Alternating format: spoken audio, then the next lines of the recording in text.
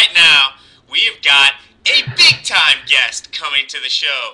Someone who, was nice enough to speak with me for about 3 seconds in a hallway at Sloan. I've been hounding him for a little bit. He's coming on to the show from the New York Times. He had no idea who you were. Howard Beck. More than 3 seconds. I spoke to you for at least 7 seconds. Thanks for having me. 7 seconds or less. Thanks for coming on, man. So the Knicks, fairly big offseason. You guys they're doing different things this year on the ball. Specifically, Carmelo running more pick and rolls. It's looked really good. He's been making very sharp decisions, making great passes. Is this something you think he's going to be basically the main focal point of the offense this whole season? Yeah, this is really interesting. You know, we're used to thinking of Carmelo Anthony for 7-8 years here as Carmelo Anthony, premier scorer, a guy who's going to, be in a bunch of isolation sets, do everything that Carmelo does, post up, shoot, whatever. But no one's really, I don't think, put this much responsibility on Carmelo to basically be LeBron James, effectively. Hey, Carmelo, go be point forward, distribute, set things up, get the offense going, generate for yourself, generate for everyone else. And they're doing this out of a combination of factors, that the least of which is that they don't really have a point guard to turn to. Tony Douglas is a great defender, nice shooter, but Tony doesn't see the floor that well. He's still developing. He's in his 3rd year. I'm not sure he's ever going to be that, that point guard that people might want him to be.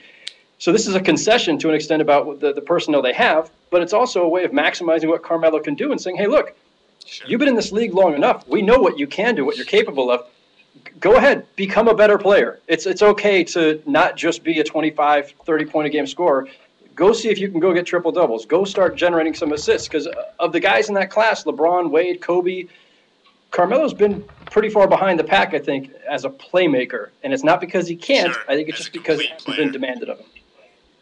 Yeah, and, it's interesting when Amari came to New York, I think people were a little bit surprised by his passing ability, too, out of the high post. These were two players who everyone thought would just almost be just finishers, right? The ball goes into them, they make a play, either they put it in the basket or it misses. And, we've seen that they actually have some ability to pass between each other, not as much, but to find the other guys and make them better. It'll be interesting, though, because that's always been the role of guards in D'Antoni's system.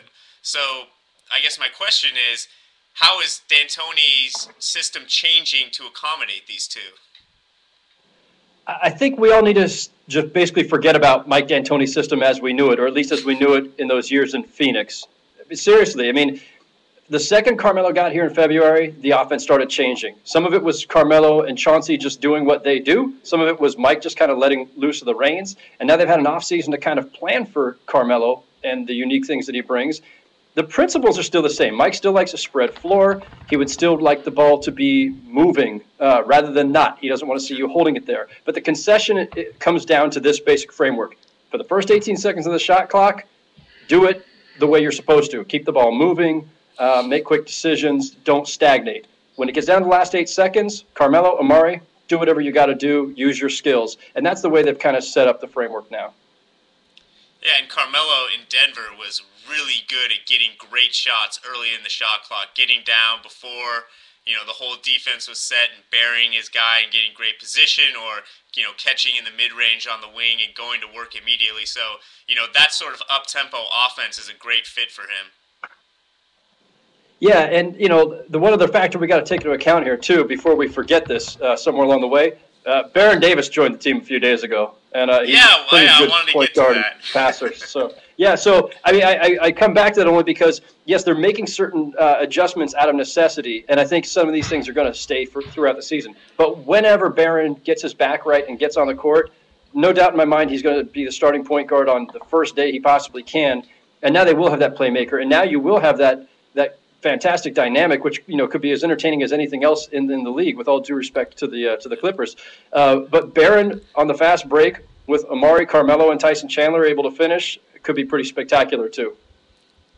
Yeah, and speaking of point guards, I think someone I'm falling in love with, and I think some people in New York also, he refers to himself, and we try to figure out, The first person is I, second person is you. Referring to yourself, the third person would be Beckley. Shumpert has the fifth person, calling himself Shump during practice, and he just seems like such an mic'd up. He's pointing out defensive responsibilities. He seems like a really great addition. How's the organization feeling about him right now?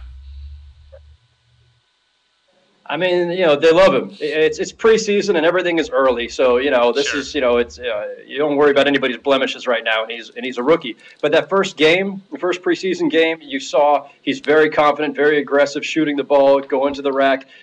They love all that about him. He's long, he's rangy, he's athletic. So there's all these great things to love about Iman Shumpert, and I think they're going to give him every opportunity to just extend himself, do everything he possibly can to contribute. He's going to have a big role in the rotation, partially out of necessity and partially because he brings certain things to the table they don't have otherwise. And he can potentially play three positions all the way up to small forward. I don't think they necessarily want him as the point guard, but he could certainly, if they're cross-matching, he can defend point guards. So he's going to have opportunities. He's going to play a lot. He could be a nice X factor off the bench for them. Howard, my sepia tone brother, how are you? What's happening, Tom? I'm gonna change that soon, by the way, because this thing's going. It's on borrowed time. It's overdue. I'm gonna have to change the Twitter photo again. So I may lose the sepia brotherhood. I don't believe you. I don't believe you at all. On the beard, beard part or the Twitter? Yeah.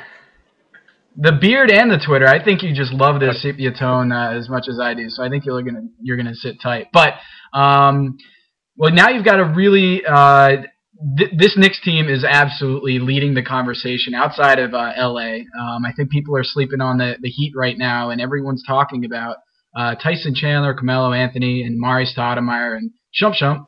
But how do you feel about the rest of the roster rounding out the Knicks' big three? Because I think people estimated how much of an importance they are with the Heat last year. And now that I'm looking at the Knicks roster, I'm saying, do they have the pieces around them so if Mari Stoudemire gets hurt or Carmelo Anthony gets in foul trouble, they can actually fill in? No, the one thing they absolutely cannot afford is an injury. I mean, that front court is certainly deserves to be mentioned as one of the best in the league with Carmelo and Mari Tyson. Their drop-off in talent after them is pretty sharp. And you could say that about Miami too, but Miami found a lot of the right pieces to fit around them, and there's some experience there. And picking up a guy like Battier this offseason was fantastic. The Knicks would have loved to have gotten a Battier or a Grant Hill. They needed those kinds of pieces. They don't have them. And when you look at the Knicks bench, we'll start with the starting lineup. Tony Douglas and Landry Fields are the starting backcourt. They both should probably be bench players. And if they were your first two guys off the bench, you'd say you've got a pretty good bench. But they're starting. The guys who are on the bench, Ronaldo Bachman, Josh Harrelson, Jared Jeffries, Bill Walker, almost all of these guys are guys that if they're your 9th or 10th guy, you're okay. Well, Bachman, your 12th guy probably. But most of these guys should be like your 8th or 9th guy. They've got a bunch of 8th or 9th guys. They don't have a 6 and a 7. And so that's where I see the problem right now. And again, Shumpert could become that guy. And Harrelson's been really intriguing, though he looks more like an offensive tackle than a power forward. But he's been interesting so far. He's hitting 3-point shots. He's mixing it up down low. He's a banger. So guys could emerge. But as it stands right now, you look at the Knicks bench, and it looks really thin. And there's no help coming until Barron gets healthy because there's just nobody out there to sign right now. They've got one roster spot open. They've got that $2.5 million exception that they're holding back to spend on someone if and when the opportunity presents itself. But, I don't know who they're going to get or when. And so, they certainly can't afford an injury. And I think that despite the fact that we're going to have this really quick schedule, this compressed schedule, and you want to go deeper in your rotation, I think Mike D'Antoni's still going to stick with that 7 or 8 man rotation because beyond that, you can't play most of these guys that many minutes. They're just, there's not enough there.